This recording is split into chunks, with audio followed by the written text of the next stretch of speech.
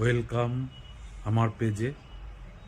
তো আমার একটা মারাত্মক শত্রু, মারাত্মক, মানে সবসময় আমার পেছনে লাগবে, আমি কি করছি না করছি ওর নজর হচ্ছে আমার উপরে। আজকেও কি করছে সেটা তোমাদের সাথে আমি শেয়ার করব। মারাত্মক কিপটে, লিমিট থাকে, মানে কিপটেমির, মানে কি বলবো, মানে সেই লেভেলের কিপটে।